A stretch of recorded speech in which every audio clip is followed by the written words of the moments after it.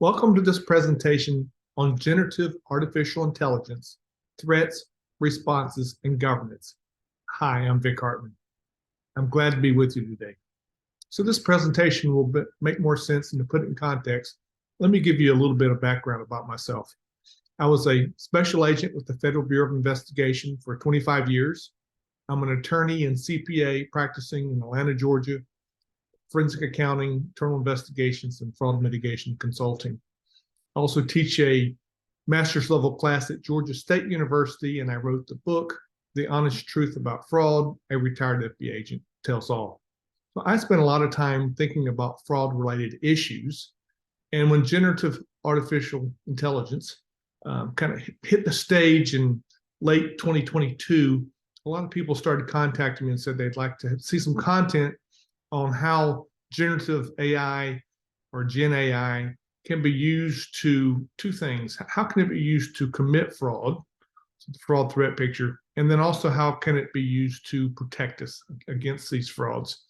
So I've put a lot of thought into that. I've consulted GenAI for one thing. I used my knowledge of fraud to put this together, and it's really the basis of this presentation today. All right. This is going to be our agenda here. It's an ambitious agenda, and we're going to cover these basic topics. What is GenAI? Now, the reason why we need to discuss this at some amount of detail is because both the frauds and how we're going to prevent that, we need to have an understanding of what GenAI, how it works. It uses training data, and that's going to be important for a lot of the frauds we see. So we're going to kind of give you a 30,000-foot view on some of the GenAI models it's used to train, and some of the popular models. There's lots of them that are being developed all the time, but kind of I look under the hood to see how these GenAI models are working. I think that's fundamental to our understanding for the rest of the agenda.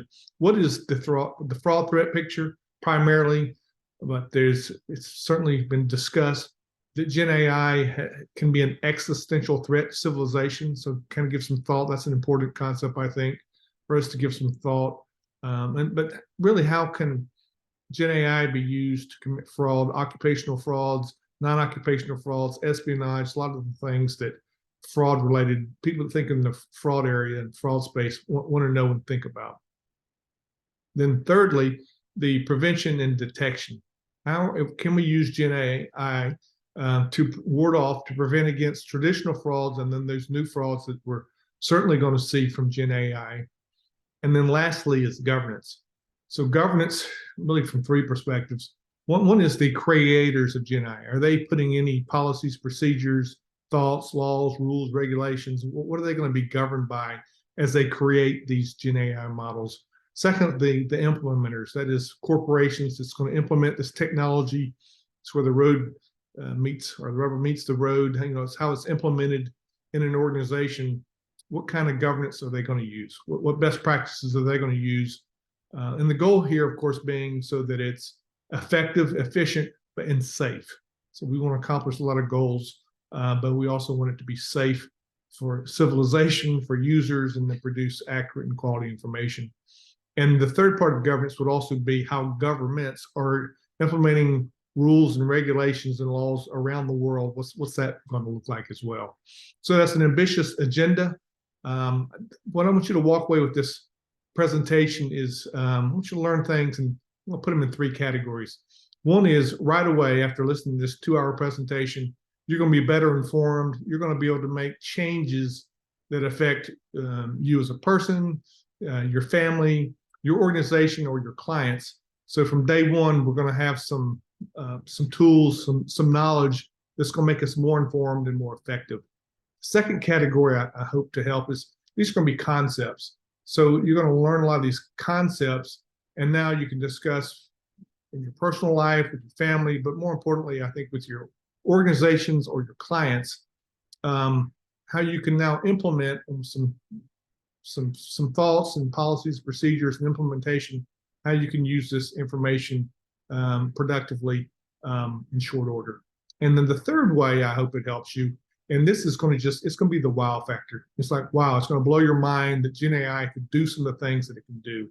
And from here, because we're only in the early months and years of Gen AI, really, and we've got decades and years to come, and it's going to get more effective and better.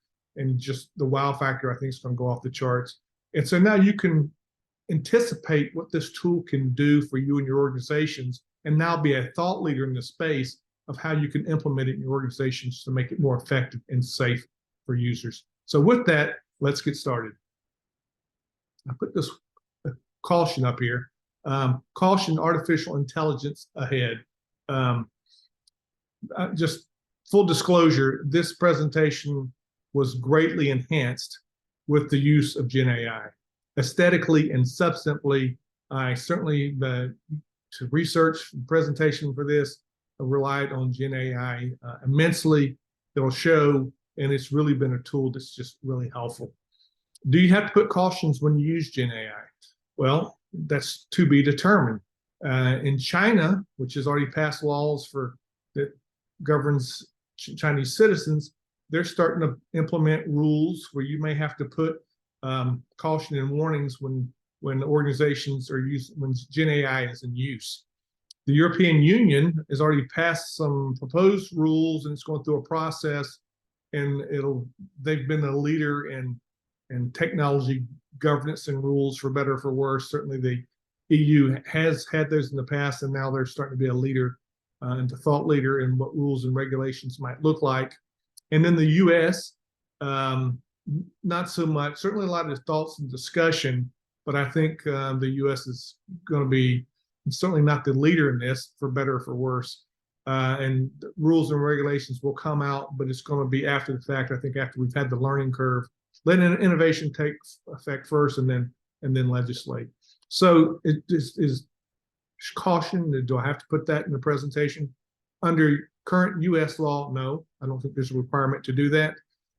Certainly there's concerns about plagiarisms and some ethics involved, but no legal requirement as of now that you have to put some type of caution. But I put it in here just to let you know this presentation is heavily influenced by GenAI. Okay, what is GenAI, right? If we're going to have a presentation on GenAI, I think we need to answer this. And really, I spent a lot of time just wrapping around my hands, my arms around, my brain around the thought of what is GenAI. And I quickly discovered that there's no universality of definition. Ask different experts and you can get different answers. So it means different things to different people. But what I wanted to do is define it in a way that I knew the presentation to follow from here, obviously, but define it in a way that's going to add value to this presentation. Make it I want to hit some key terms that's going to be instrumental for us understanding the material that comes. So I'm going to define it in the way that's kind of on the slide and just break it down and talk about some of the various components of it. And I think this will make it a user-friendly and a good working definition of what GenAI is. First of all, it generates new content. So it's not like a Google search where you put in keywords, the algorithm tries to figure out the essence of what you're asking, and then it comes back with a ranking. It's usually a pretty good ranking of all the Google sites and gives you that information. That's not what GenAI is at all. It feels like it at first because you're typing into a box. That's one way you can interface with GenAI. But it's going to give you new content. That is, it's going to have all this knowledge we got trained on, and in short order, it's going to give you a comprehensive answer that's based on new content. And you can ask it the same question repetitively, and you may get a slightly different answer, just like if you asked a human being an answer to a question, you're going to get slightly different answers. And the goal is here, we hope they're accurate. How do you get this new content? It's based on a prompt. So a prompt is a query. It's what you text into the GenAI or other ways of asking it, because it's not limited to text. It could be voice, pictures, coding, songs. So the prompt, depending on the model of GenAI, it can communicate with the human in various ways, but the prompt is that interface between the GenAI and the human being. Deep learning models are used to generate an output. The models, that's the engine that's under the hood. That's what's running it. And there's lots of them. We're going to talk about some of the more popular ones. And they're always being developed continuously. And it's just an emerging field. So there's lots of models, and it's doing it in different ways. These models are often, they're trying to mimic the human brain using a neural network architecture. So it's kind of mimicking how human intelligence works, and it's producing amazing results. The models learn through training data. This is going to be key to frauds and fraud prevention. These models need lots of quality data, and if you put in bad data, you get a bad output. So you don't want it biased. You want it representative of the population that you're trying to mimic, and more is certainly better, but it needs to be quality, timely, accurate, unbiased data, and then you can get more likely to get a much better result from it. A chatbot is the interface, how you interface with GenAI. That's generally going to be a prompt if we're texting, but it could be a microphone where you're speaking with as well. A large language model, this enables you to interface with the chat box. It uses a certain type of a model to just do the large language model, and this may sit on top of other engines so that you can speak with them or communicate with it. But it's trained in English certainly, but almost every language it can interact with all these different language models, and it's a way to communicate through the chat box to interface with GenAI. And when you're interfacing with GenAI, you're going to put in an input through a prompt, and then you're going to get an output. And these certainly text. And if you text typing into the GenAI, it gives you a text response. If you speak to it, it can speak back to you if the capabilities there. Certainly, Microsoft's Bing chat box. There's an app you can put on your phone, and if you speak to it, it'll speak right back to you. Some of the other popular models are Google has Bard, there's ChatGPT, there's Dolly, which is good with doing pictures and art, and there's lots of others. It's fascinating how quickly this field's developing and all the different types of GenAI. Polling question. Now let's discuss deep learning models. We've already alluded to one of these, the transformer. That's one of several. Those that are on this slide here are some of the more popular ones that are being used in GenAI throughout the world. There's many more, and more are being developed all the time. The transformer is one of the very popular ones, and it's often used for large language models. This will sit on top of GenAI, especially when you're dealing with human language, text, the language models, whether it's orally speaking or typed into a keyboard. And the transformer technology was theorized as recently as 2014 in a paper called Attention. They use the word attention, which is an interesting word. But what it does is it reads each part of the text, each word of a sentence, each word of a paragraph, each word of a document. And then it converts each of the words to a numerical representation known as a token. And then the token assesses each word that's next to it and is in proximity to that word for attention. That is, how important is that word in relation to the other words? And then it can score it. This enables it to assess each word in a document or each word in a sentence that it's analyzing, and makes it very fast and very efficient. It's used in large language models. It's used in translation models, and it works well with text, but it can also do other things as well. So that's the transformer model. The next model on the slide here is the variational autoencoder. Now, how this model works, it's got an encoder and a decoder. And I'll just use trying the replication or asking it to draw a cat. So all these models, including the transformers that we discussed, it needs a large, very large data set. In fact, the larger the data set, the better it is. So in the case of a cat, say we want to ask GenAI to draw a picture of a cat, maybe in a tree with the sunset. it needs to first learn what is a cat.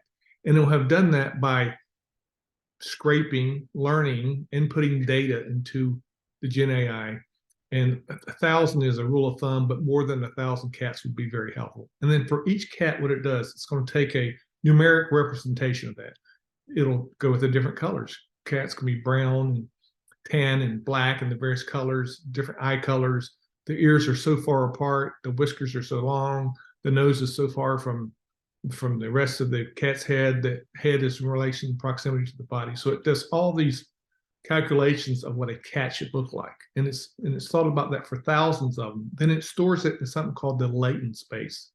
And this latent space will then store it and take the mean and the standard deviation for all these cats. So if we have, say, way more than 1,000, but lots and lots of cats, images, and all these numerical representations in the latent space, it knows a lot about what a cat looks like. So that's what the encoder does.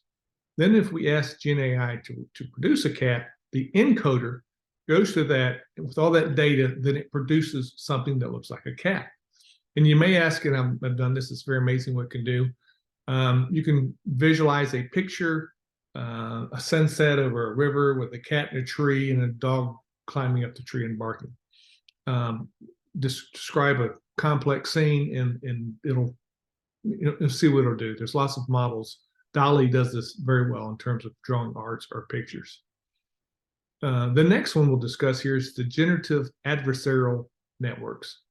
Now, this is interesting. It's actually two neural networks, and neural networks means, and a variational encoder is a neural network as well, but it's really kind of mimicking the way the brain works, a neural network architecture. And in this case, there's two neural networks, the generator and the discriminator. The generator is first trained, so all this training data is put in there. More is better, and it can be, some of these are literally scraping the internet, scraping Wikipedia, so it just gets lots of information. So the more data you put in there, the better it is. And from these data sets, it will then try to, say you ask it, we'll go back to the cat picture. You're telling a GANs, generative adversarial networks, again, to draw a picture of a cat. So from its data set, it'll try to draw a picture. That will be the first component of the GAN. And then the discriminator will then look at what the generator produced, and it will assess whether that was a quality cat. And if it looks like it's close to a cat, then it wins the game. This is a gaming sequence between the generator and the discriminator. And if the discriminator says, yeah, there's more than a 50% probability that's a cat, then it wins. And if not, it loses. And while this gaming is going on, regardless whether the generator or the discriminator wins, both of them are simultaneously and continuously learning. So it gets smarter and smarter and better when it produces an image of a cat, but it could be music, it could be a poem, text. So these GANs can do a lot. Very impressive of these individuals that forms this architecture. They really were inspired by the human mind of how a neural network works. If you think about how you draw a picture, you might start to draw a picture of a cat, and you go, no, that's your generator, and then your discriminator says, no, that doesn't look like a cat, and then you'll start over and draw a better looking cat. Well, the GANs is the same concept to that. An autoregressive model. This is where you have items in a sequence, data, a sentence, that could be many things, weather and patterns, financial performance of companies, and it takes a sequence of events and it produces, or it guesses as to what the next event's going to be. So if you've noticed, and if you use Google Word or Google Search, you start typing, and then the next proposed word is given to you there. And you can hit tab and go forward, and it'll populate it. And that's all based on GenAI, an autoregressive model, where it's predicting that if those who have used these last 5 words in a series, the next likely word is X, and then it'll pre-populate that for you. But this can be used for a lot of things. Weather modeling. If you watch Netflix, if you like these movies, then you'll probably like this movie. So it's that type of GenAI that's at work. Multimodal models are very impressive. And now these GenAIs, they're trained to have disparate or different types of inputs. It could be human language, it could be text, it could be images, and it's going to take all that and put it together and give some meaning. And some applications here would be in the hospital environment. A doctor puts in an echocardiogram, an x-ray, and doctor notes. And from that, it learns, it synthesizes that and produces the diagnosis of what the problem may be. Now, obviously, we need a human involved in that process, but this is where these models are getting us to and taking us to in different professions. It's just going to just really blow off the doors of how we think about modern day professions on what this can do. This last context, this last bullet, GenAI versus generative artificial intelligence. General artificial intelligence here. Now, this general artificial intelligence is theoretical. GenAI is a real thing, and it's happening, and it's getting better. General artificial intelligence is the thought that we have AI that's so good, it's better than the human being in doing all things in all ways. It's theoretical. We're not there yet. It's theorized we could be there in short of a few years or a few decades, and that GenAI will be better than a human being in everything that a human can be by a long ways. So it's going to be interesting to see how long this gets to this theoretical model of general artificial intelligence. Business model. So we talk about the architecture behind how GenAI is working. Let's also think about how does this work in practice. If you're a business, if you're an individual, if you're a government, and you want to implement one of these models that we've been discussing, and there's others under development. How would you, what's the finance before? What's the business model? How would you buy it? How would you implement it? So the first model is proprietary, which means somebody else owns it and always will. And ChatGPT and Bing and Bard, all these, they're proprietary models. OpenAI, Microsoft, Google, they own them. Now they're letting you use it for free, at least currently. But they're the code, the models owned by somebody else. The data was trained by somebody else. So it's proprietary in that they own that. Now, another version of proprietary is, say you're a company and you want to implement GenAI. Now you can buy it from a company. And there's different versions of how you can do this, but you can buy that software and you can buy it pre-trained with data from somebody else, or you can bring it in-house, get the software, get an implementation team, train it with your own data, and it's proprietary in that you own it. So you own the data, you own the technology, and nobody else has access to that. That's proprietary. Now, the opposite of proprietary is open source, and ChatGPT is open source. And open source means the code is available for everyone to see. There may be some theoretical limits on it, but realistically, you can take the code and do whatever you want to with it, change it, alter it, use it for good reasons. And here's the scary part, and we'll cover this in great detail, or for nefarious reasons. It's open source, it's out there, it's around the world. People are already using it for very malicious and bad things. White label or license. This is where you have access to it. You don't own it, so you can't change the code, but you license it. And it can be pre-trained, or you can train it, and then at the end of your license period, you can renew, or maybe you're done with the GenAI. Model as a service, and all the big companies, Google and Amazon, OpenAI, IBM, Watson, all the big players have this, and it makes it inexpensive. This is a low start method where you can get into it. You can pay on a subscription basis, monthly or yearly. It can be pre-trained, or you can train it, but it's the easy way to get started with this, and somebody else is taking all the development risk and other expense to it, and enables you to just get in for a subscription type service. And lastly, a partnership or collaboration agreement.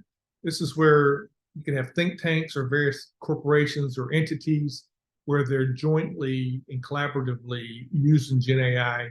You might use it for scientists or others that want to share data and populate it. And so that's just another form of how GenAI can be implemented. These are not exclusive. There's others, and there's variations of any of these models. All right, the GenAI threat picture.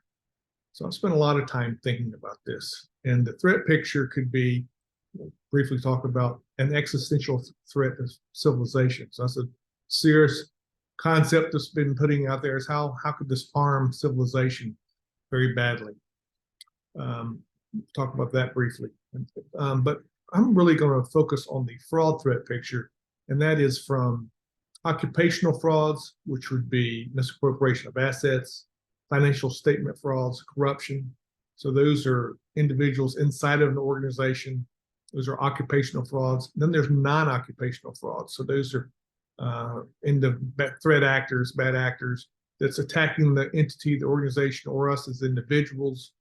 And that could be the business email compromise, ransomware, deep fakes, Ponzi schemes, insurance frauds, bankruptcy frauds, theft of intellectual property. So just lots of different ways. So what I've tried to do is comprehensively think through this of what are all the known frauds that we've known pre-GenAI, and how can GenAI affect those? And then what are the future ones that some we already have some prosecutions and some known bad actors already doing this. So what's the current state? And then I'm trying to be, somewhat visionary, trying to look forward. How could this go wrong, and what are some of the bad things that could happen through GenAI? So I've tried to assess from my current knowledge of fraud and current knowledge of GenAI, and try to predict maybe where we're heading there. Let's first deal with this existential fraud. So Elon Musk, regardless of what you think of him as a genius or something different, he certainly is a thought leader in the space. He was one of the co-founders of OpenAI, and he's certainly on record, and here's his quote in one of many forums, that AI is a fundamental existential risk for human civilization, and I don't think people fully appreciate that. So when Elon Musk and others are making these types of comments, I think it merits us thinking about this, and outside the scope of this presentation, but it certainly merits us, government, civilization, and others thinking about this issue. So what does this mean? Let's just cover this briefly. And as we go through that, some of the potential rogue actors. So I've kind of put them in groups here and thought this through. If we want to have bad actors, people that will use GenAI inappropriately, who are those potential actors, and what might they do? One is government. So here in the U.S., and we'll cover this here in a minute, we're already using GenAI in all of our major agencies. But really in the Department of Defense is what you want to be thinking about. So governments there, and they can use it for good or for bad, but governments are certainly going to be one of the players using GenAI. The second is corporations. They want to make their workflows more efficient, more effectively. So corporations will be probably one of the major large consumers of GenAI. Another group is innovators. So they're brilliant individuals. They're trying to innovate, figure out new processes, new products, new ways that GenAI can be used.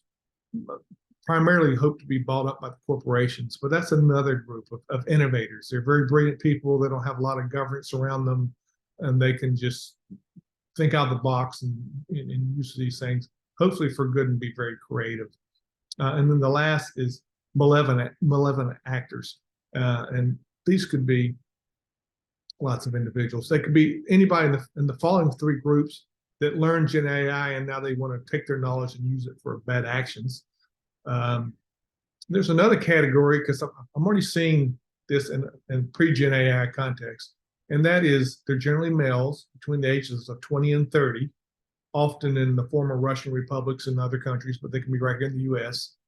And it's like they didn't get out of their gaming phase, and they think it's a game, and they're very smart and creative, and they collaborate, but they use technology for very bad reasons, like ransomware attacks, which is often for money, but sometimes it's just a gaming accident. Can they do it? And they're thrilled and excited among them to do that. And then the third category under malevolent actors is terrorists. So how could terrorist actors in the space maybe use it for bad reasons? So this existential threat, I put some thought into how could this happen? What are some of the thought leaders thinking that GenAI could go bad? One is intentionally destroying humanity. And so this would be people with weapons of mass destructions. You can also think about governments that put Gen AI in the chain of command. Maybe they have autonomous weapons, and deploying nuclear or other types of weapons of mass destruction. They have Gen AI in the deploy, don't deploy decision-making process, and Gen AI goes bad, maybe with flawed data, maybe intentionally flawed data. Economic disruptions. Could this disrupt so many jobs that it creates economic hardships, social unrest? So it could harm us maybe in that way. Social manipulation.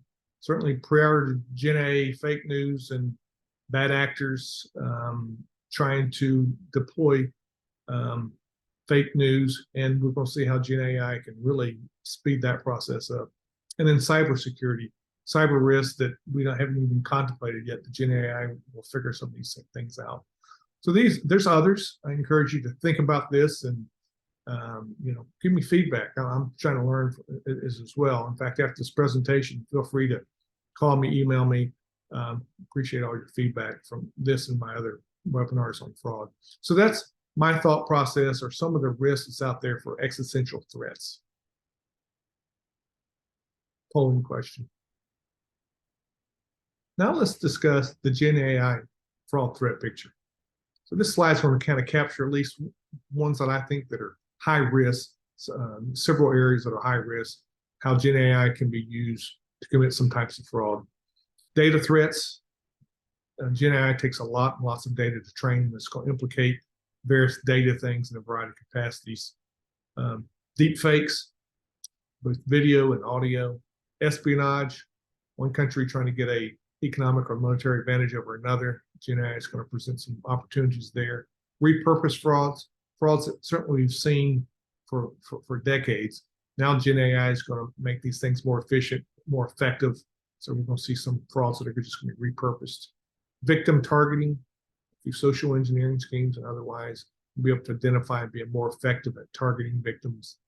Malware, now with little or no knowledge, individuals are going to be able to code software, which is great if you're using it for good purposes, and bad if you have a malicious actor who's now motivated and writing malicious code. And then other malicious uses, we'll put this in a category and see some other threats. Let's talk about the training data.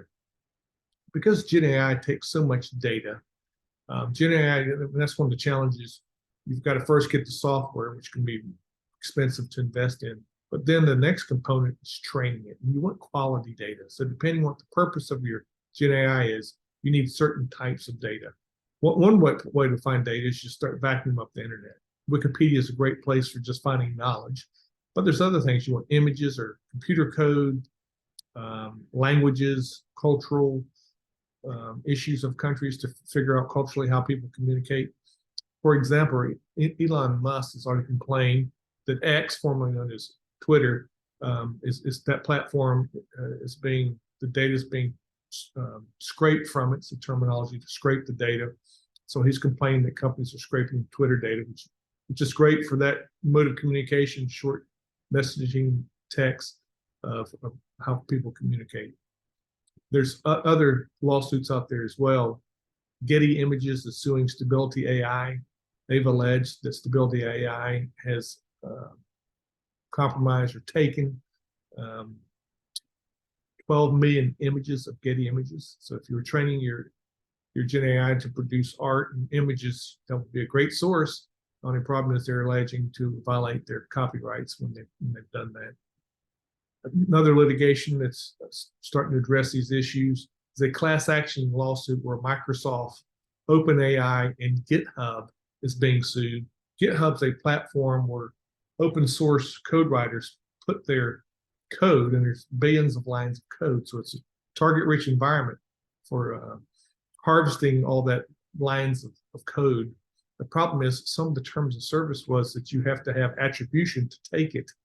And it's alleged that Microsoft, GitHub, and OpenAI, when they have a partnership, a company where they just sucked up all that data.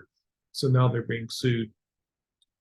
So another example of training data. Sarah Silverman, she's a comedian. She's written a book. She's alleged too that OpenAI put her content, her copyrighted material in the training data for ChatGPT.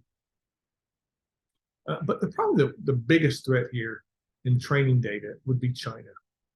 China and other nation states, but China is the most prolific country that's just stealing data from all over the world, primarily the US, because we have all this intellectual property. And they need training data for a couple of reasons. One is they need to increase their social engineering skills. China has the same problem that Russia, North Korea, Iran, other threat actors. They don't English, they don't either speak it or it's a second language, and they don't speak it well, and they don't know the culture. So when you're doing these social engineering targeting, they won't get much better at it. And by taking up, by stealing the data from companies, so they're getting the right communication, they're talking the right jargon from the company they're targeting. That would be one reason we would want to get this data to train it. But also so they can just get much better and train their GenAI as well. So they're stealing intellectual property for sure. They're also stealing training data. Derivative use. So derivative use is once you train your GenAI, then it produces an output, which could be an image, it could be a lyric, it could be anything, architectural framework. It really literally could be anything depending on what you trained it on. But the derivative use is now producing litigation as well. It's going to be, the courts and Congress are really just going to have to sort this out. There's a couple of defenses that GenAI implementers and owners and the individuals who train this data will try to use. The one law that's implicated is known as the Section 230 of the Communication Privacy Act of 1996, Communications Decency Act of 1996, and it's Section 230 of that act. 230 says that if you're a host of a platform, so that's all of our social media companies and a lot of platforms where people post data, so they publish their data, but they're not, but there's the host and there's the publishers. And the host under Section 230 are not liable. They have policing rights where they can knock down content if they find it offensive, but they're not going to be liable. However, the publishers would be. And the reason why Section 230 is not going to come to the defense of GenAI in the companies is because they're publishers. Under 230, they're going to be a publisher and they're going to be held liable. So that's not going to come to their defense. The other concept that is known as fair use. That is, you're taking copyright protected information, patents, trade secrets. You're taking this intellectual property that's protected, but you're using it in a fair use way. That's what I think GenAI is going to try to defend themselves under the fair use doctrine. But it's really going to be to see the courts, and how the courts come out. If we don't like that, maybe Congress is going to need to step in and try to legislate as we work our way through all these legal issues. Another issue is prompt data abuse. So the prompt is that the way you communicate with GenAI, the chat box. It could be language, it could be text, it could be images and software code, how you want, what you want to put in the prompt box. But if you put that in there, and I've used it for a variety of ways. One is you write an email and you want it to look more professional or better towards your targeted audience. It'll make your email look a lot better. But if you put that in there, especially this proprietary but publicly available like ChatGPT, Microsoft's Bing, any of these you may use, Google's Bard, it could very well and be used to train the GenAI. So whatever you put in there, and it may be copyright or intellectual property protected, it's now going to be sucked up in and now part of the training data. So that's something you're going to be aware of. If companies are going to have now strict policies of employees using these GenAI and putting in intellectual property or sensitive information that companies aren't going to want. Another concept is adversarial machine learning. But this could come to us in a couple contexts. One is for social or political disinformation. Now GenAI is going to be able to, it's going to enable individuals, bad actors, foreign nation states to produce websites at an amazing rate and publish the content, so they can change the content daily, set up some algorithms where you could have thousands, maybe hundreds of thousands of places on the web where you're putting out misinformation. It's going to be very easy to do because it's going to be automated through a GenAI process. And then comes along like a Google search engine or other GenAI searchers vacuum up that information, and now it's going to adversarially learn this misinformation. So that's going to be a threat to look out for. Also, using it for an adversary.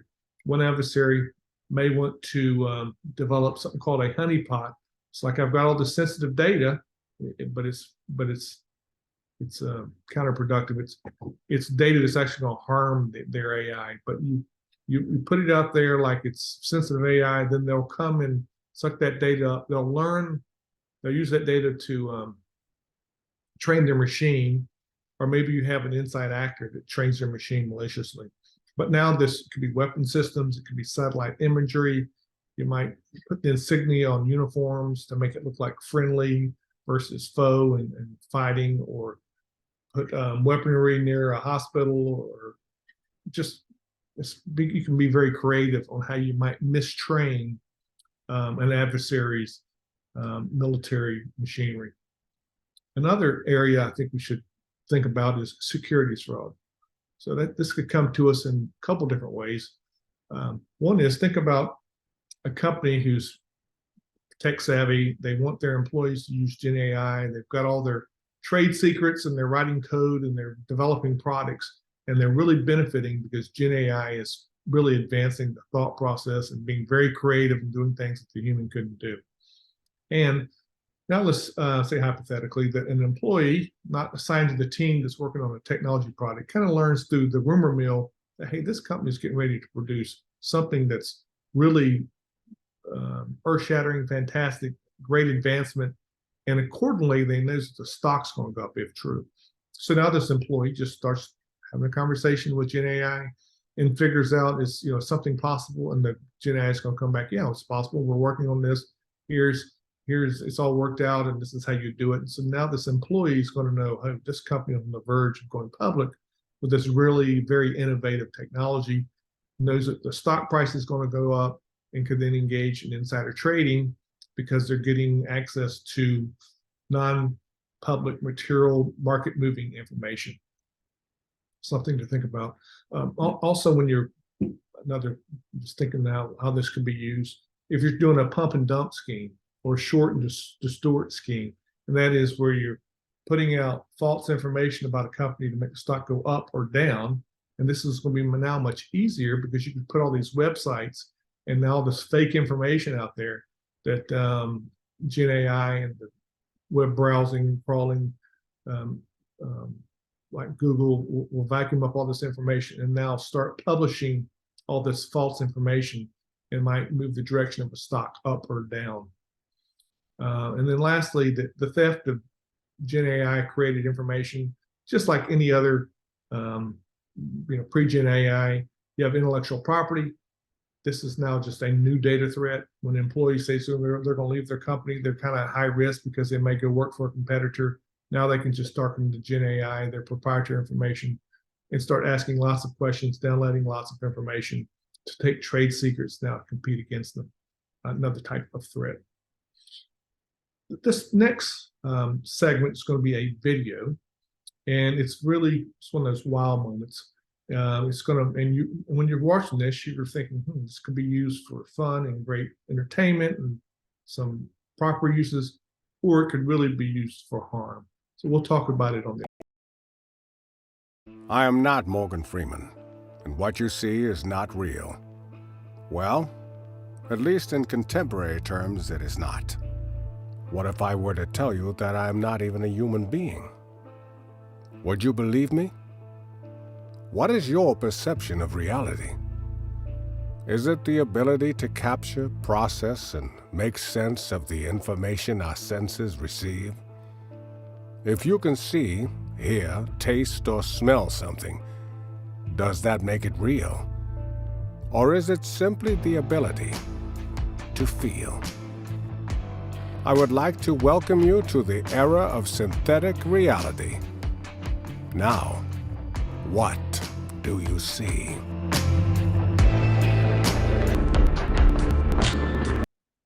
Wasn't that amazing? I've watched it several times, and I'm convinced it's totally real. So that technology is obviously available because that was produced, and it was both video and audio. Now, for the video piece, it's still relatively hard. There's a limited number of people who can do it, and it takes a lot of programming and practicing and to get it to that state. But in short order, I'm convinced it'll be a technology that's available to you and I to do this fairly easily, just like the voice clones are now. So voice cloning is here. It's very easy. There's lots of evidence of this. It's happening real time. There are real victims and some frauds we're going to describe here. But the chair of the Federal Trade Commission, Linda Kahn, she's certainly a proponent of notifying her constituents from their websites and public information dissemination that this is real, it's happening. The FBI reports it as well. The McAfee Generative Artificial Intelligence report also gives a lot of information about how this voice clonings work. And again, it can be used for completely legitimate business purposes, and it can also be used for nefarious reasons. So voice cloning is simple and inexpensive. It really just takes some relatively short samples of voice, and there's lots of software on the internet that allows you to do this. Some of you could just get a free trial and do it as well. So you can have lots of fun with this, but you can also, again, use it for fraud. One thing you could do is to try to fool a bank. So some banks and other financial institutions have this technology where my voice is my password, and you say some pre-sentence or something. You just start talking to the GenAI on their end, and then they give you access to your account. I think that technology should be on the way out.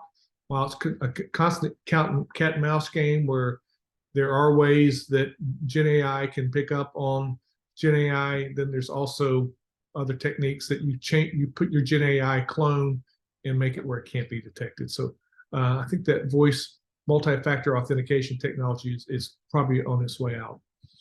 The popular scam, though, unfortunately, is this family emergency scam, and grandparents are particularly vulnerable to this. They hear their grandchild on either a pre-recorded or live, what appears to be lifetime voice, and they're panicked. There's a car accident. They're in a foreign country. They've been robbed. Something's bad happened, and they need money, right? So how's this done? Really relatively simple technology. One is you need to clone the voice. So there's one way. There's a couple different ways you can do this, but one way is just go to their TikTok, their Instagram, Facebook, YouTube videos, and just copy the voice. So that's one way. And if you really want to target somebody and you can't find their voice, you could also just call them on the phone, keep them talking, have some type of ruse about it, and have a conversation. Multiple ways you could do this, and engage them in a lengthy conversation. McAfee GenAI report says that with 3 seconds, you can get to 85% accuracy, and with multiple voice samples, you can get to 95% accuracy. So it doesn't take much. The software is readily available all over the internet. And then there's another technology that's readily available as well, and that is spoofing the caller ID. So when the call comes in, it looks like your loved one, looks like your friend, and you hear that panic voice, and it could be pre-recorded, instructing you to do something. Or here's part of the technology: it can be voice to voice. So the bad actor has to have their phone connected to the internet, to a laptop, but they can speak in their voice, and it comes out in the clone voice. So the quality is not as good, but I've listened to it, and it's probably convincing. So this fraud is out there. It's happening in real time, something to be aware of. And then lastly, voice theft. So some people have this magnificent voice, right? It's a quality voice. Maybe it's convincing. It's good for sales. Maybe it's a sexy voice. It's some type of unique voice that somebody wants. And you could use these for audiobooks, podcasts, commercials, various reasons why you might want a quality voice. So I haven't heard of these instances, but I'm predicting you're going to start having voice theft of people with that quality voice. And now you can take their voice and do something with it for a commercial purpose. There is technology where you can basically put a voice watermark when you're speaking now. So that may be a new thing that people want to protect their quality voice? Polling question. Now let's talk about espionage. Gen AI is going to impact this in a major way. For example, this quote on the screen is from FBI Director Chris Wray, and he says, China's vast hacking program is the world's largest, and they have stolen more Americans' personal and business data than every other nation combined. And China is a tremendous threat, and it has been for a number of years, and I'm sure it's only going to get worse. And the problem with a country like China, I think when nation states commit espionage against their adversaries, especially for military gain, I think that's generally understood and maybe considered appropriate. It's been going on since the beginning of mankind, right? One adversary to get a leg up on the others. But the problem with a communist country like China, there's a blurred lines between their military and their commercial establishment. There's really no difference. They look at it as this the good of the Chinese people as a communist country, that if you steal other people's secrets, other countries' secrets, it's for the good of the country.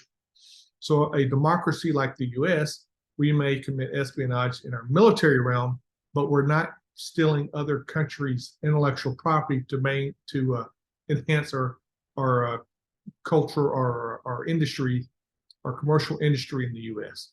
So that makes China a big threat. It's their stated policy. It's the goal of their nation state to steal other people's intellectual property. Now this, of course, they're stealing training data, as we discussed. This Gen AI technology, they are and will continue to try to get this technology. China has a stated purpose that by the year 2030, they're going to be the world's leader in Gen AI. So that's not too far away, and they're going to do everything they can to reach their stated goal. Now, the US it realizes the importance of Gen AI, and part of this came to light during the COVID epidemic when chips became scarce because people got laid off. And it was quickly realized that a country like Taiwan, which produces a lot of chips, was necessary for the world's economy.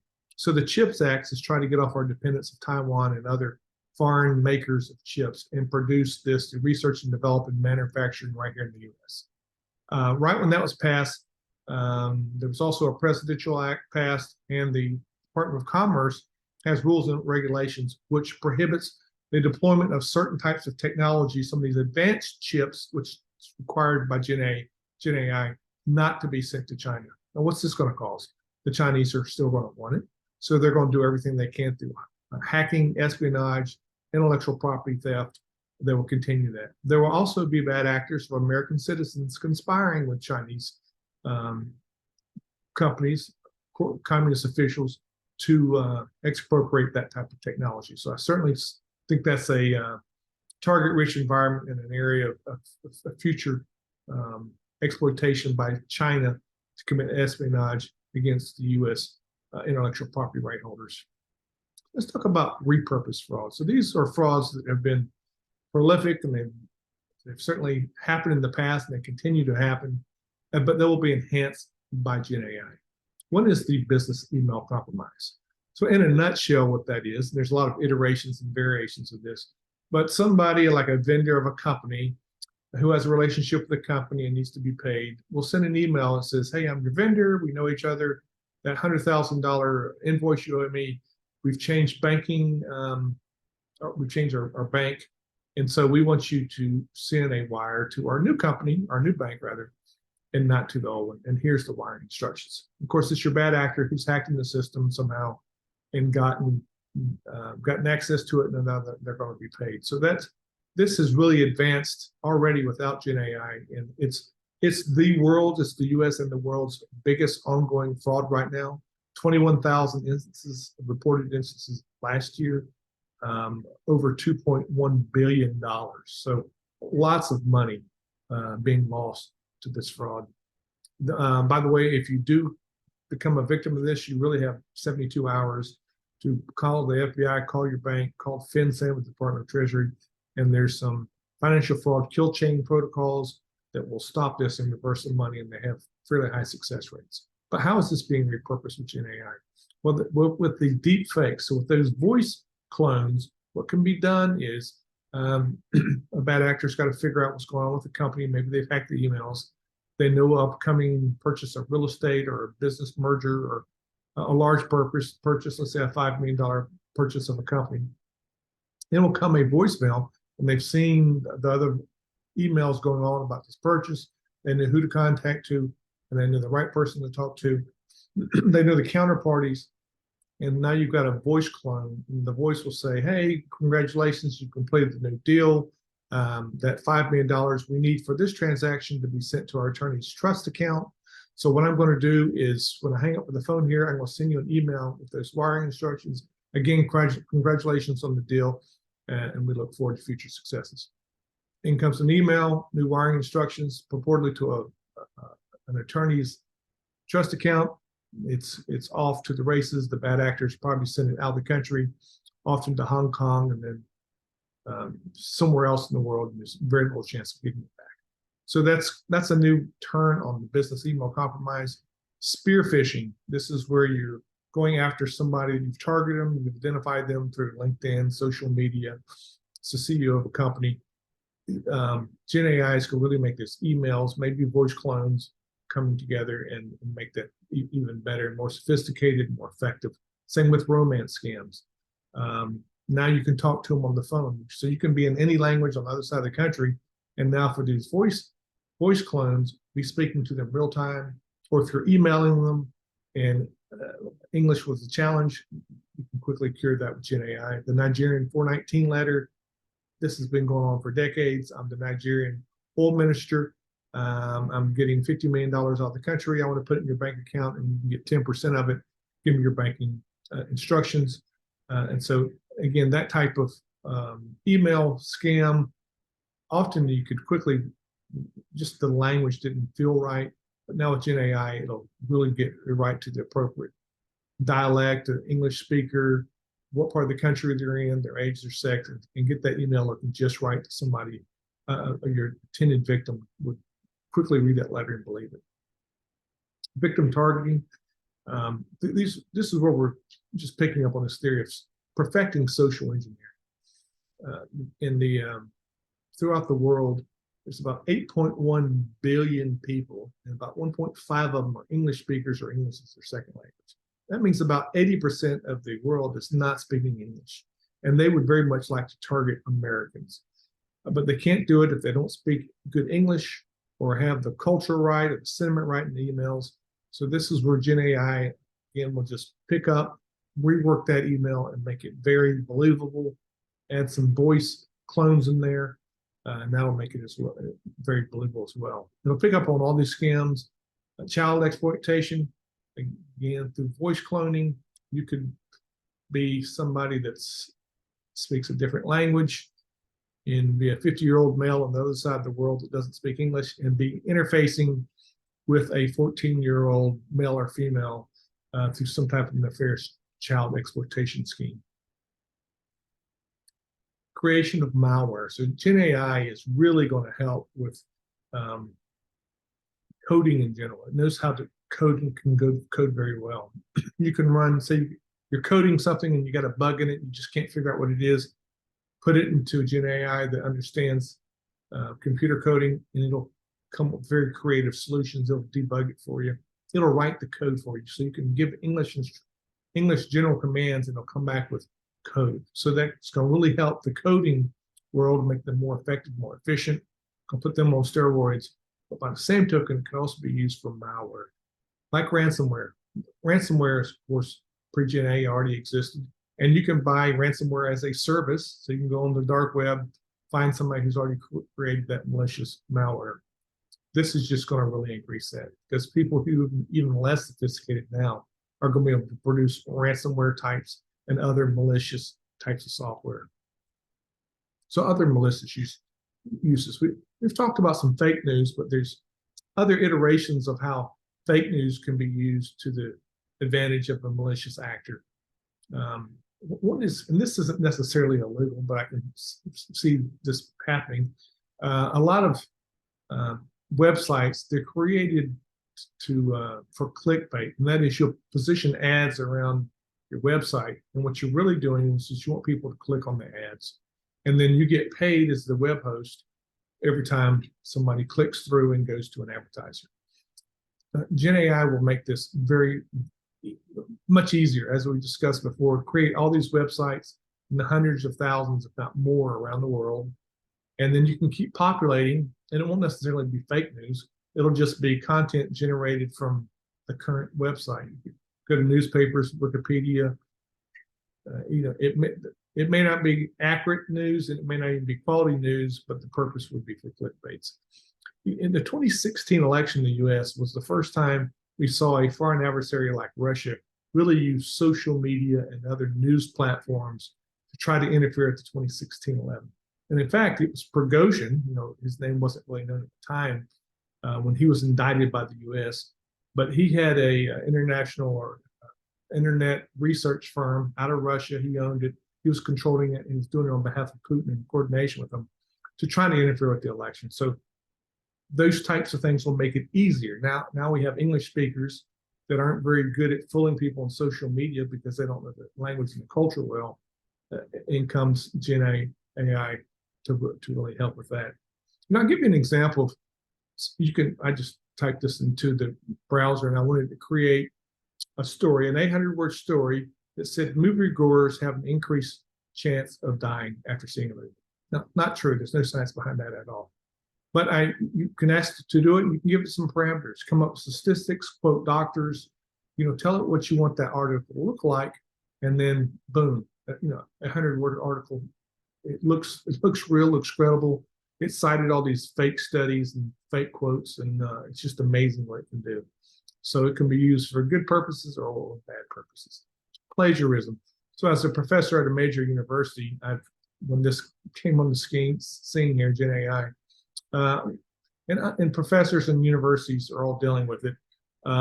As an adjunct professor, I just came up with my own policy, and I've told my students they're required to use it. I know they're going to use it anyways, and I think you should learn how to use it and incorporate it, ethically. Plagiarism is when you take somebody else's work, including a computer like GenAI's work, and claim it as your own. That's plagiarism. So that's unethical. It's going to violate the student code of conduct, but there's still ways you can use it. And I give my students just an outline. You have to cover these 30 topics in your paper. So it will be harder for them to say, just make a 15-page article about whatever fraud that they decide to write on. So they should be using it in the classroom, but it's not just plagiarism in the classroom. It's going to be in the workforce. The boss is going to ask their subordinates to produce something, and they're going to go right to GenAI and have it produced. There's going to be some ethical and other considerations there. Or how about scholarly papers and serious research that's going to use GenAI? And maybe the data is, we'll talk about synthetic data here in a minute, but it's made up or it's fictitious, or there's already one case of an attorney that put in a brief, used it on GenAI, and GenAI hallucinated, that is, it made up 3 false sites in the paper, and the judge called it and said, no, that attorney's being disciplined. So plagiarism is a big concern. Synthetic data. This is good or bad, but it's very good at making up data. In fact, it can make up data to train itself. So that's helpful, coming up with synthetic data to help train itself. It could also be used, though, in, let's say, in the healthcare area. When healthcare fraudsters want to defraud insurance companies or Medicare and Medicaid, they need lots of patient data, but the date of birth needs to be right, the address, their Medicare number, their Social Security number, these data needs to be right, their email addresses, and then a diagnosis code and a diagnosis written description. And if it starts looking the same every time, that's the problem with some of these frauds, is the written diagnosis, the language is just the same over and over and over, and can quickly be picked up on. So GenAI will help, I think, fraudsters in that way, but it will also help the Centers for Medicare and Medicaid Services do the same thing, implement GenAI to pick up on that. So that, again, back to that cat and mouse game. Another use of synthetic data, a company called Franks, which was a company that specializes in helping students get financing for college, get loans, scholarships, a lot of information for students trying to attend college. Well, they claimed they had 4.2 million customers. They interacted with their website. And JP Morgan thought, well, that's great, because we want those email addresses, those very current students trying to get student loans, because we can cross market our services to them, this would be a win-win. So they bought the company for $175 million. The problem for Frank's was they didn't have 4.2 million customers. They only had 300,000. So now they need to get this the 300,000 data set up to 4.2 million, like they said they had, and they did that through synthetic data. They just started populating email addresses, but it's got to look right. So the data's got to be in the right zip codes across the US, American names, logical email addresses. GenAI can do all that. They got caught, however, because when they gave over the $4.2 million in synthetic personal identifiable information, it was fake. And when they sent out an email blast to these 4.2 million potential future customers, they only had a 1.1% open rate, which is a telltale sign that it's very bad data. They looked into it and figured out it was all a big fraud. Pornography is another area, unfortunately, that GenAI is going to help those of pornography exploit this technology. You saw this fake reporting earlier. The technology certainly exists where you can take active videos of pornography and substitute people's faces. So you can, your nefarious mind could quickly see how if you're have a scorned lover and you want to make them very angry, you could substitute a face into a fake pornography video, put it on the internet, email it to them or someone else. So those types of things, I think, probably are happening or certainly can happen in the future. Child pornography is going to be a big problem for law enforcement. It's so what can be done with child pornography is you can use GenAI to create images, sexually explicit images of somebody under the age of 18. Now, it's been the law for a very long while now that even if you use a computer to generate somebody that appears to be under the age of 18, it is illegal. So that's already been illegal before GenAI. But GenAI is really going to have do this in a mass production and have a lot of people who engage in this type of pornography to use GenAI. Now, why is it difficult for law enforcement? Generally, when law enforcement arrests somebody for child pornography, they have a library of pictures. It's just it's a characteristic trait of people who engage in child pornography, who consume it. They're going to have libraries with hundreds, if not thousands, of pictures. Those have all been cataloged in the law enforcement. So every time there's a search, the Department of Homeland Security, the FBI, Department of Justice, they have this computer network, and somebody has painstakingly, unfortunately, had to go through each image, identify them, if it's real individuals, and then figure out who the victim is and figure out their age. Now it's cataloged. When that appears during a new arrest, we've already got a known image. You only need to have a handful of images to convict them. So it's been easy because they'll have this big library. You can match it to known database. You can convict them fairly easy. Have an expert come in and say, "Yep, that's known pornography," and they're going to get a harsh sentence. Now with GenAI, it's going to make it harder. Now you're going to have to. There's not going to be a known database. You probably have to have a physician come in and testify as an expert that that person is under the age of 17 and they're engaged in sexually explicit conduct. And lastly, to complete this, adversarial machine language learning. We already just discussed this earlier in the context of weapons, adversarial weapons, and from a military perspective. But you could also just use it to gum up the works of one of your competitors. So have it train on malicious or bad data. Put in bad data, you get bad output.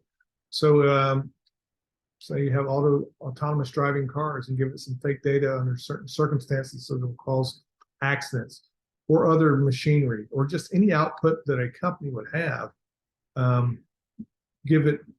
Put in fake or biased, some type of corrupt data, so it's going to have a bad output. It will harm your competitor, or it could, and if you know it's going to harm it really bad, you might even use it to trade stocks, either short the stock or buy the stock. You're trying to manipulate the company. All right, so that covers other malicious uses. Polling question. All right, we've discussed the fraud threat picture. What's all the ways that GenAI can harm our companies? Let's think of ways how GenAI actually can engage in prevention and detection. And companies have been doing this for the past several years using GenAI and other data analytics. And it's been done by large companies because they can afford it and they have large data sets. So that's made it historically feasible and possible for them to do that, and they're using it effectively. We can certainly learn from them. But now I think this technology gets cheaper and more available, and these business models we discussed, GenAI as a service, pre-trained models, it's going to enable smaller companies now to get into the game and use GenAI for prevention and detection.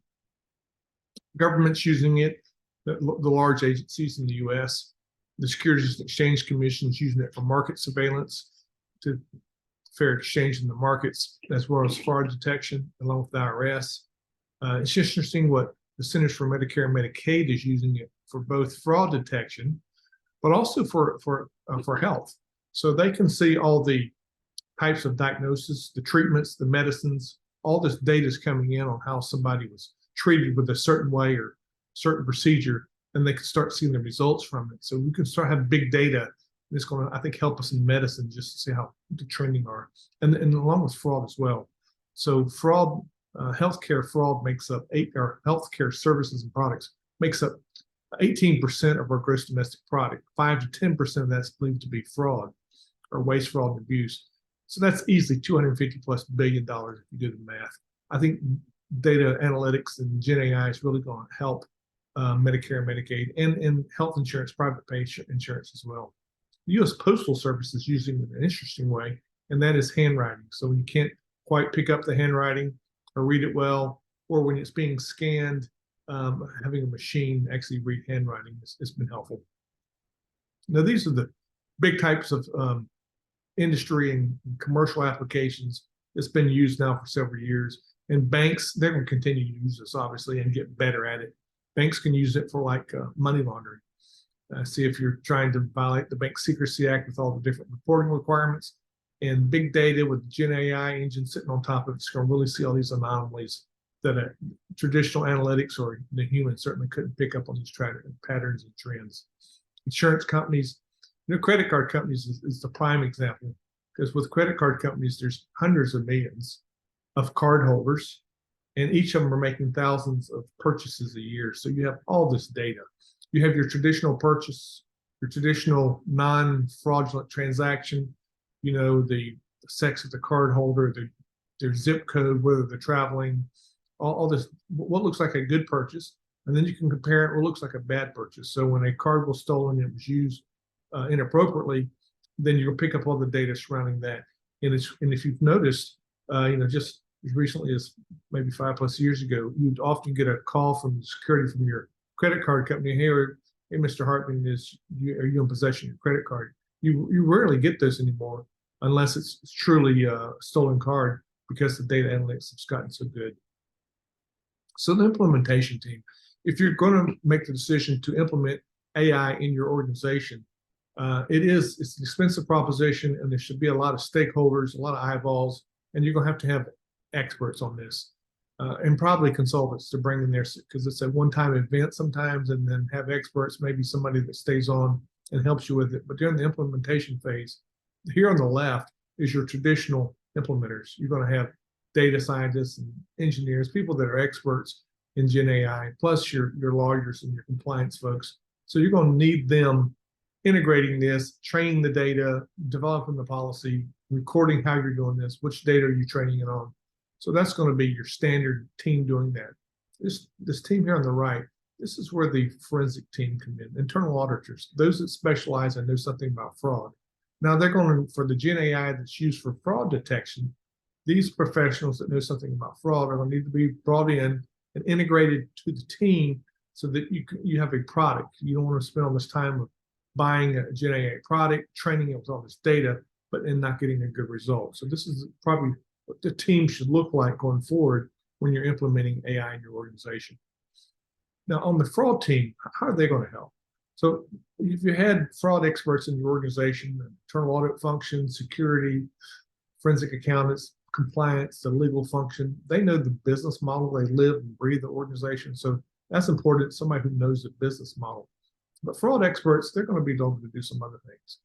there should be a fraud risk assessment in the organization. What are the occupational frauds or the internal frauds? What are the external frauds? What's the fraud picture look like as it relates to that organization, so that you're going to collect the right data, train your Gen AI, so that you're going to start picking up on the fraud risk in your organization, and each one is unique and different.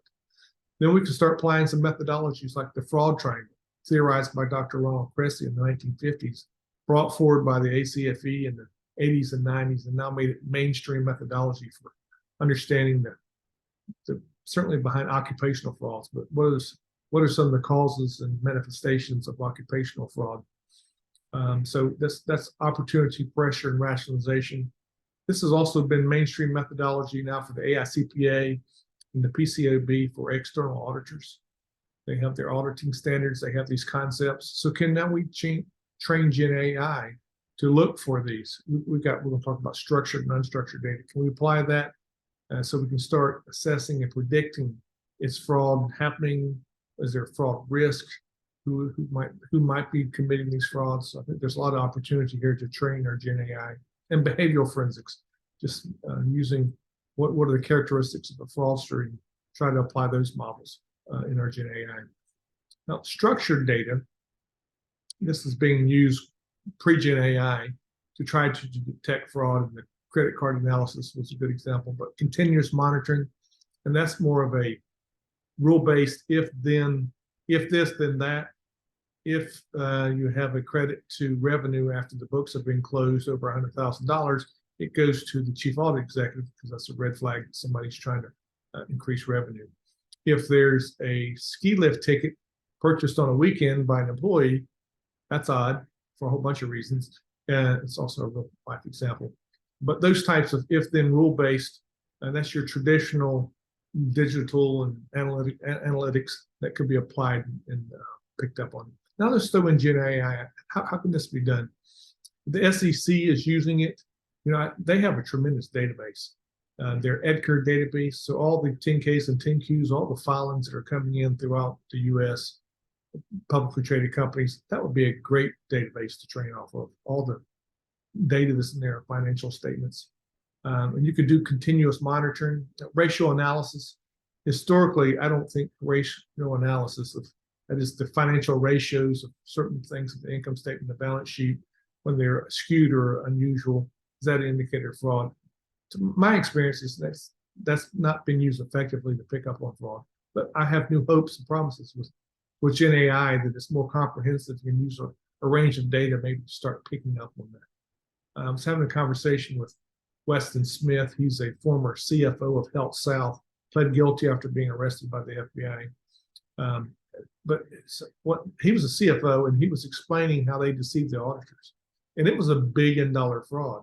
And the way what they were doing is hiding transactions under $5,000, because they knew the external auditor's threshold, materiality threshold, was $5,000. So they hid $1 billion worth of transactions, all under 5,000, which means you have hundreds of thousands of transactions over the quarters and years under $1 billion. Well, Gen A should have picked up on that. The external auditors didn't. But I think if you train your Gen A data, that would be a big red flag. Hey, what's going on here with all these unusually low dollar transactions? Now, unstructured data. This is where Gen AI, I think, can shine. Unstructured data is going to be things primarily email, but it could be voicemail, it could be notes in your calendars, it could be searches on the internet, it could be videos. So the structured data was data that you usually ones and zeros and spreadsheets and numbers and things that you could add up and divide and do an analytical process on it.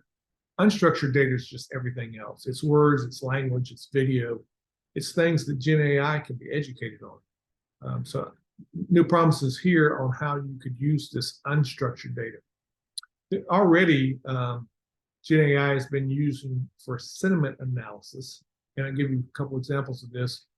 Sentiment analysis is being used for all the written language, the English language is in a financial report with the SEC. And sentiment analysis can tell you the tone, the tenor, are they aggressive, are they shy, or the tone behind their annual reports. And they're trying to use that sentiment analysis to make financial recommendations for stocks, either buy or sell. Another use of this has been for customer service. So you can take all the emails that your customers are emailing back and forth with you, and you can do sentiment analysis, whether it's positive, negative, or neutral. And you can see if the customers are happy or they're angry. Maybe part of your marketing campaign, you can get this type of feedback. But I think maybe with GenAI, we're going to be able to do more than sentiment analysis. Can we figure out the mens rea, the criminal intent? Can we start seeing telltale signs that you have a problematic employee? I'm going to give you an example, the high-risk executive example. And I've seen this from working big frauds. And then as an FBI agent looking backwards, and after the frauds occurred, then I see all these data sets, these red flags that are easy to pick up when you do an investigation. But could they be picked up on the front end? I'll give you an example. Say you have a high-level executive that's he's over sales and has unusual sales for the quarter. Well, that's a red flag, and maybe the only person that would pick up on that would be the CFO, maybe the CEO. Maybe the individual's going through a divorce, which his boss would know. Maybe there's been a sexual harassment complaint, which HR would know. Maybe the executive's going in and out of the building at unusual times, like in the evenings or on the weekends, which only security would know. Maybe has access to all the databases in the company, but goes to places looking at data that it's not normally for that position. And so those over IT security might know. You're dealing with external vendors and customers, and they're emailing other people in the company and complaining or noting that one of your executives was drunk at a golf outing. So you have all these data points. Some are personal behaviors, behavioral forensics, some are financial analysis in terms of sales, maybe start looking at travel vouchers, but you have all this tremendous amounts of data. Historically, this has been done kind of in person, maybe with some software with fraud risk councils where everybody's trying to connect these dots. But now you could have GenAI sitting on all the data of the company, looking at things, continuous monitoring, but a part of structured and unstructured data. Now, that raises a lot of questions: morale, policy, ethics, legal. Do you want this big brother approach? Does everybody feel like they're being monitored at all times? Each company is going to have to wrestle with the answer to that, whether they actually want to implement something like this. Maybe high-risk industries, yes. Others, it might not fit within the culture of the organization. You just kind of follow up on this example, give a pharmaceutical example of the Foreign Corrupt Practices Act. So you have a pharmaceutical representative who's selling to China, and the Foreign Corrupt Practices Act, for it to violate U.S. law, you have to bribe a foreign official. And in China, they're high risk because most officials, decision makers, are part of the Chinese Communist Party, so they're a government official. Puts them at risk for the Foreign Corrupt Practices Act.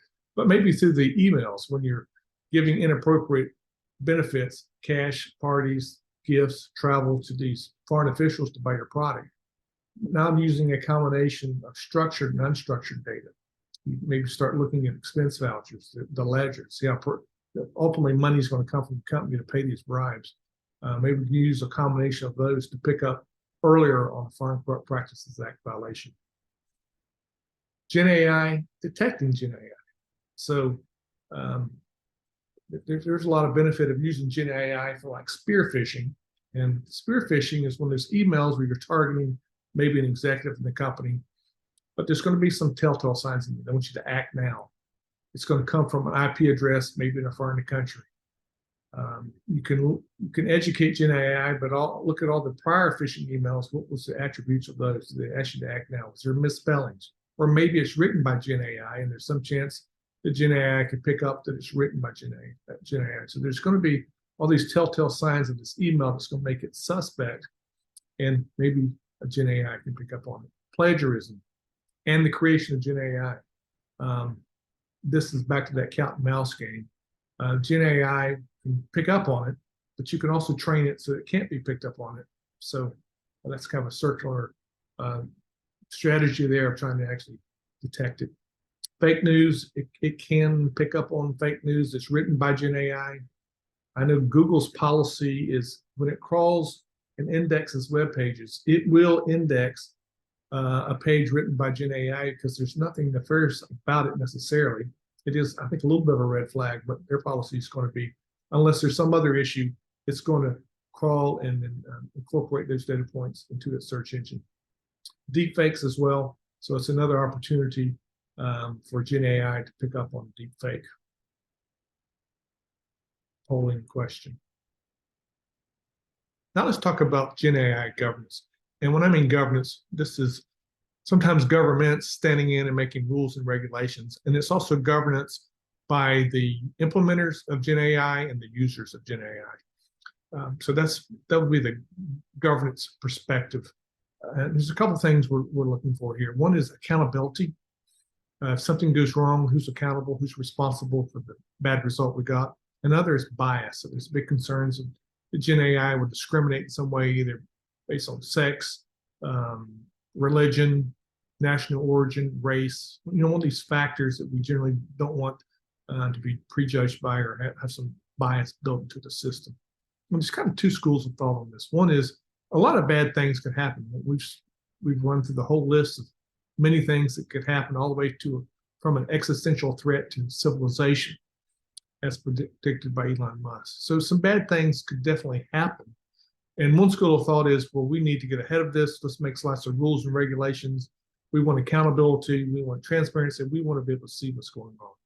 And then the other school of thought is more of a laissez-faire, let the market sort it out. Some people make bad decisions and they'll implode. And so the free market a good GenAI will come to the top.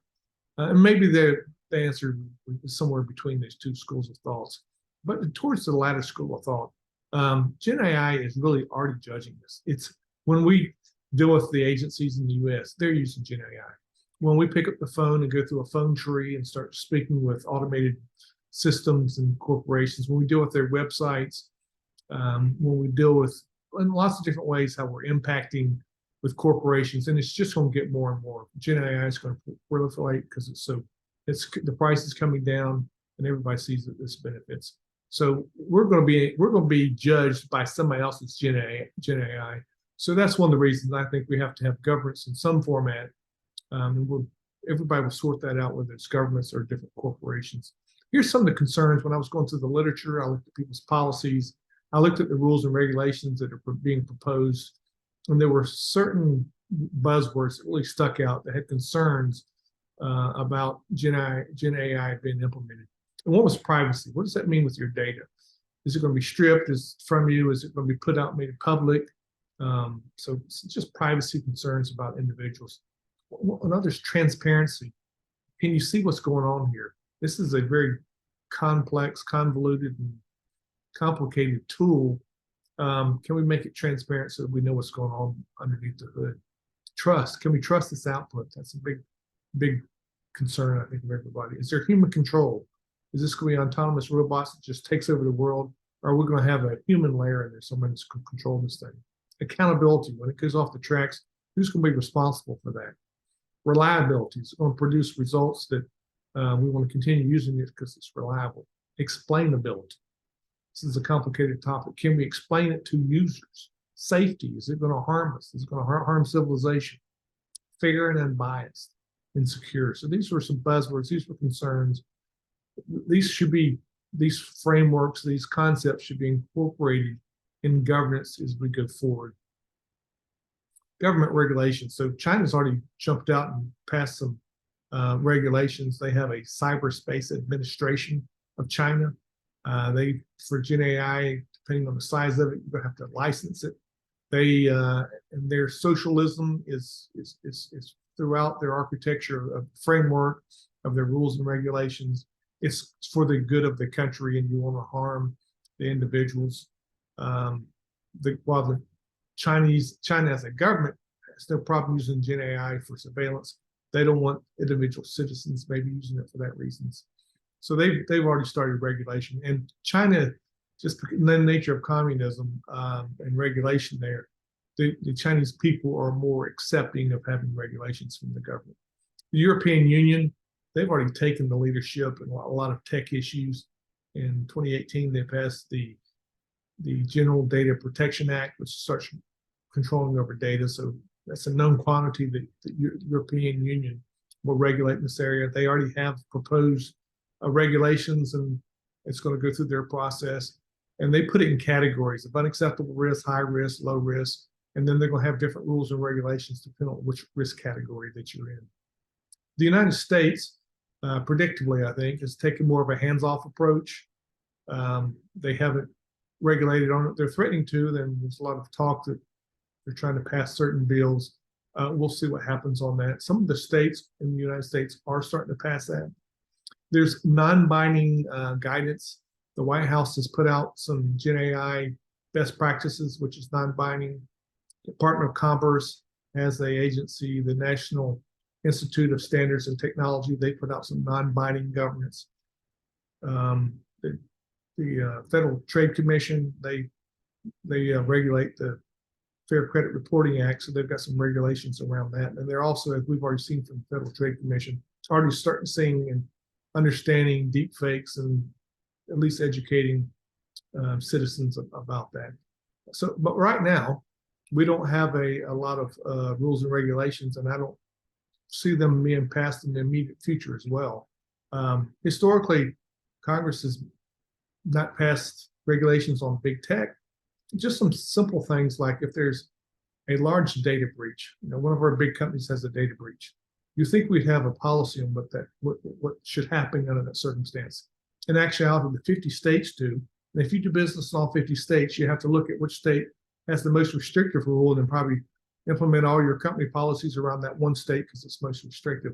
This is an area where clearly Congress should step in and regulate nationally so we have a national standard, but that's not happening on something easy.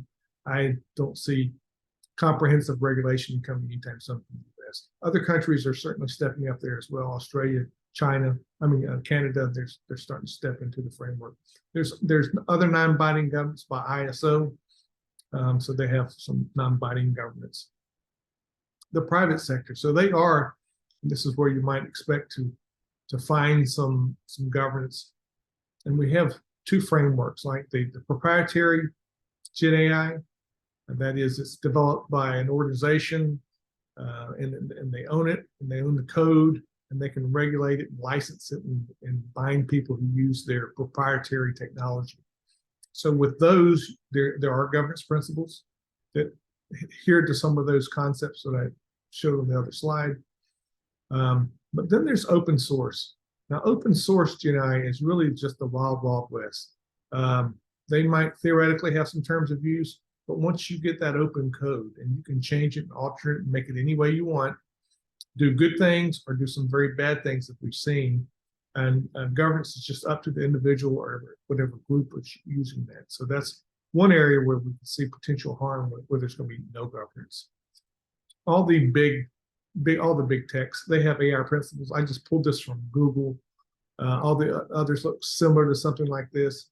These are Google's principles, and these are the aspirational principles here. And then you can drill down. It's more comprehensive. They have quite a framework on their principles, but being socially beneficial, avoid creating and reinforcing unfair bias, be built and test for safety, be accountable to people, incorporate privacy design principles, uphold high standards for scientific excellence, be made available for uses in accord with these principles. So that's the things they will do. Those are aspirational. And then as you drill down their policy, they have some reinforcing guidelines from that as well. And then Google says, we will not develop technologies that are likely to cause overall harm, will not develop weapons to facilitate injury to people, will not develop surveillance technologies for violating international norms, will not develop technologies that contravene principles of international law and human rights.